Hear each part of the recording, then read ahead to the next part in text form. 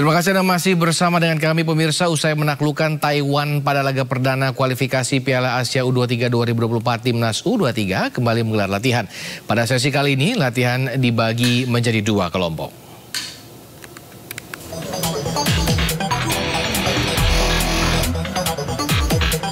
Setelah kemenangan telak 9-0 atas Taiwan pada laga perdana grup K kualifikasi Piala Asia U23 2024, Indonesia kembali berlatih di Stadion Sriwedari Solo, Jawa Tengah untuk laga melawan Turkmenistan pada Selasa 12 September mendatang. Pada latihan kali ini pelatih Shin Tae-yong membagi skuadnya menjadi dua kelompok. Kelompok pertama diisi para pemain yang bermain melawan Taiwan. Mereka difokuskan untuk menjalani pemulihan fisik. Sedangkan kelompok kedua yaitu para pemain cadangan yang tidak bermain pada pertandingan Sabtu malam lalu. 어제 경기 뛴 선수는 헬스장에서 지임하면서 가볍게 회복 훈련하고 어제 경기 출전하지 않은 선수들은 짧은 시간에 어제 경기 뛴 선수들과 조금 체력이나 이런 것을 맞추기 위해서 나서 두 팀으로 훈련하는 거예요. Menjelang laga melawan Turkmenistan, Indonesia diprediksi akan merotasi pemain, namun Shin Tae-yong tidak memaparkannya dan meminta pecinta sepak bola tanah air untuk menantikannya. Shin Tae-yong juga mengakui laga melawan Turkmenistan akan menjadi laga yang lebih berat. Meski demikian, pelatih asal Korea Selatan itu optimis skuad Garuda bisa lolos kualifikasi. Dari Solo, Jawa Tengah, Septiantoro, iNews melaporkan. Ya, tim Garuda Muda menang telak 9-0 atas Taiwan pada laga kualifikasi Grup K Piala Asia U23 2024. Namun perjuangan Indonesia belum selesai, di mana Garuda Muda masih harus berhadapan dengan Turkmenistan dan harus menang jika ingin jadi juara grup di kualifikasi Piala Asia U23 2024. Nah, kita akan membahasnya bersama pengamat sepak bola Bung Effendi Syahputra. Selamat sore, Bung Effendi. Selamat sore, Bang. Apa kabar? Kabar sehat. Nih kemarin kita habis senang nih. Kemarin bener nih kayaknya nih waktu prediksi ya. Tapi tim senior ya? Senior. Turkmenistan Indonesia di laga FIFA Matchday. Betul. Nah ini Garuda Muda ini sekarang waktunya Garuda Muda melawan Turkmenistan. Kalau kemarin sempat menang telak atas Taiwan di laga perdana. Nah menurut Bung Effendi, apakah benar permainan mereka saat ini sudah berkembang di atas target atau bagaimana? Ya, secara permainan dan secara tim, secara kolektif, memang kita tidak bisa mengambil suatu kesimpulan bahwa Indonesia sepak bola usia U23-nya lebih baik karena memang lawannya Taiwan secara level jauh di bawah Indonesia. Nah, pertandingan melawan Turkmenistan ini akan menjadi penentu sebenarnya dan menjadi pembuktian bagaimana level permainan sepak bola Indonesia, karena secara kelas Turkmenistan jelas di atas Taiwan ya. Dan kalau kita lihat permainan, Turkmenistan juga menang atas Taiwan walaupun tidak sespektakuler Indonesia menang atas Taiwan. Nah, jadi sehingga saya pikir pertandingan ini menjadi penting buat Indonesia, walaupun cukup dengan hasil seri, Indonesia sudah mengukir sejarahnya untuk tampil pertama kali di ajang Piala Asia U23. Yes, lolos untuk pertama kali dalam 5 kali gelaran Piala Asia. Bung Effendi. Betul. Ini adalah sejarah buat kita belum pernah lolos.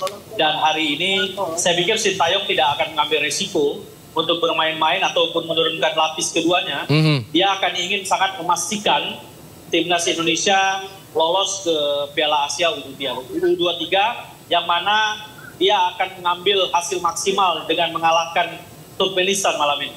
Oke, berarti STY tidak mencari nilai seri ya, begitu ya berarti ya?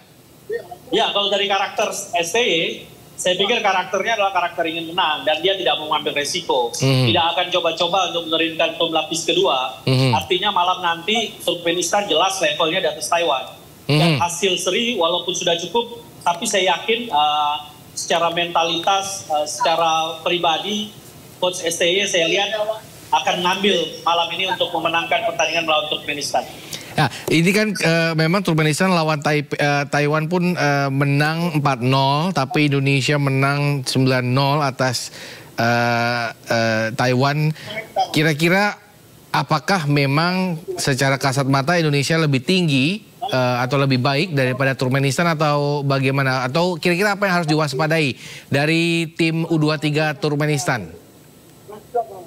Tim U23 kita sekarang inilah salah satu generasi terbaik Indonesia, generasi emasnya sepak bola Indonesia. Bahkan kalau dikomparasi timnas senior dengan timnas U23 kita, ini imbang-imbang aja sebenarnya.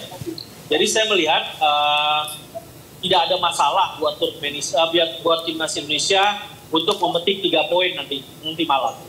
Jadi secara mentalitas anak-anak U23 kita ini tidak beda jauh dengan timnas senior kita.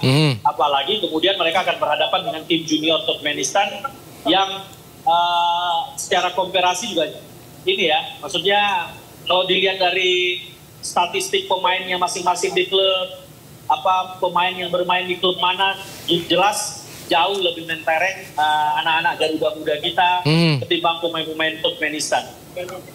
Oke, berarti berdasarkan statistik tersebut ya. Tapi Bung Effendi, terkait dengan Shamamed Hidirov, ini salah satu yang katanya ditakuti oleh, bukan ditakuti, tapi harus diwaspadai oleh pemain Indonesia seperti apa? Saya pikir Turkmenistan bermain secara kolektif. Ini juga dia bermain akan tidak berbeda jauh dengan timnas seniornya. Dan saya pikir Turkmenistan mungkin belum sekuat Kyrgyzstan ataupun Uzbekistan yang merupakan kekuatan di Asia Tengah. Dan tidak boleh sepele, tidak boleh jumawa, tapi saya pikir level Turkmenistan, apalagi di level U23 ini memang ada di bawah timnas kita. Tinggal bagaimana timnas kita memaksimalkan peluang, memanfaatkan keunggulan fisik maupun keunggulan skill yang jelas mereka miliki sekarang, dan keunggulan dari seorang pelatih jenius yang bernama STI. Oke, kalau kita melihat kemarin 9-0 dan 4-0, kita merasa bahwa timnas U23 kita tuh tidak ada bolong-bolongnya atau tidak ada kelemahannya. Tapi menurut Bung Effendi seperti apa? Apakah masih ada kelemahan yang masih jadi PR timnas U23 sendiri? Saya tidak bisa melihat kelemahan dari timnas dari pertandingan lawan Taiwan ya. Karena memang kurang objektif kalau kita menilai kelemahan dengan level permainan seperti Taiwan. Nah, kalau saya lihat kepercayaan diri kita sudah luar biasa. Tinggal bagaimana jangan sampai terjadi kesalahan-kesalahan yang mendasar ya. Salah passing yang mungkin mengakibatkan serangan balik ataupun kesalahan-kesalahan mendasar di lini pertahanan yang bisa memberikan celah atau memberi lubang sehingga terjadi serangan balik atau kecolongan sehingga menciptakan bahaya. Karena satu kecolongan, satu kecerobohan pasti akan dimanfaatkan maksimal oleh Turkmenistan yang tentu lini serangannya akan lebih berbahaya daripada Taiwan kemarin. Oke, dengan karakter permainan Turkmenistan dan waspadanya mereka terkait dengan permainan kita yang cenderung menyerang, kira-kira strategi apa yang akan dilakukan oleh Turkmenistan? Apakah counter attack atau sama total football juga, Bung Effendi? Saya pikir Turkmenistan akan main keluar menyerang. Tidak ada dalam kamus mereka harus bertahan dan menunggu. Karena kelolosan Turkmenistan itu hanya bisa diwujudkan dengan menang atas Indonesia. Menunggu, mendelay permainan sama saja membuat Indonesia berada di atas angin. Nah, saya pikir dari menit awal Turkmenistan akan coba maju ke depan membongkar pertahanan Indonesia. Permasalahannya mereka ini juga, strategi ini juga bisa menjadi blunder buat mereka sendiri ketika dikapitalisasi oleh serangan-serangan balik Indonesia yang memang luar biasa dahsyatnya ya.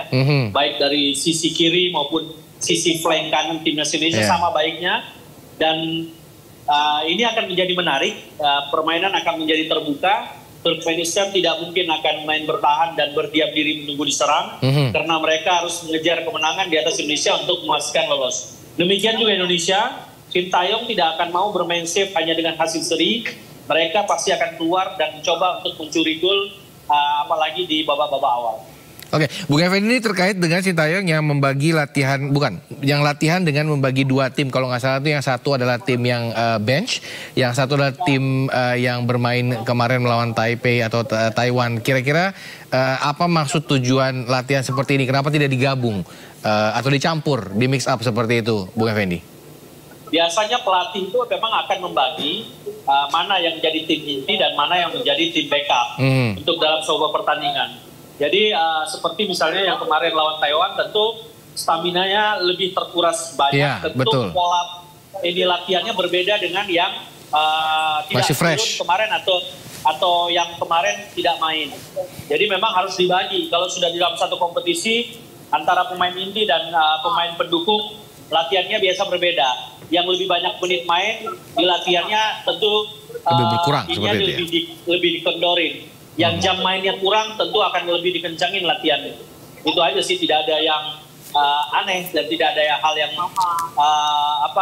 Jadi setiap pelatih akan melakukan hal yang sama, memberikan porsi latihan kepada yang jam mainnya kurang dan sedikit memberikan relaksasi kepada pemain yang baru saja tampil atau baru habis-habisan tampil 90 menit di pertandingan sebelumnya, apalagi dengan waktu mepet yang hanya berkisar 2-3 hari. Iya. Baik, terakhir Bung Effendi, ini kira-kira bagaimana dengan hasil akhir? Kalau kemarin timnas senior nih 2-0 Turkmenistan betul. Nah, gimana nih? Apakah dikasih 0 juga Turkmenistan U23-nya atau ada perlawanan dari Turkmenistan menurut Bung Effendi? Saya pikir akan ada perlawanan dari Turkmenistan, walaupun memang lini depan kita lebih dominan, tim kita lebih dominan, maka saya lihat Indonesia berpotensi untuk menang besar lah ya. Oke. Tapi mungkin tidak sebesar Taiwan. Oke. Kurang lebih gitu. Baik, terima kasih Bung Effendi Saputra, pengamat sepak bola telah bergabung bersama kami sore hari ini. Kita tunggu malam ini bagaimana peluang Garuda Muda bermain. Selamat sore Bung Effendi. Terima kasih.